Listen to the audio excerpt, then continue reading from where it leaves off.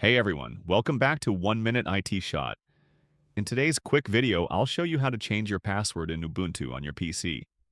If this helps you out, don't forget to like, subscribe, and hit the bell icon for more fast tech tips.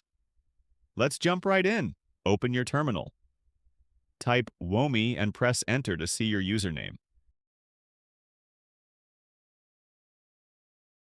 Next, type PISSWD followed by that username, then hit enter.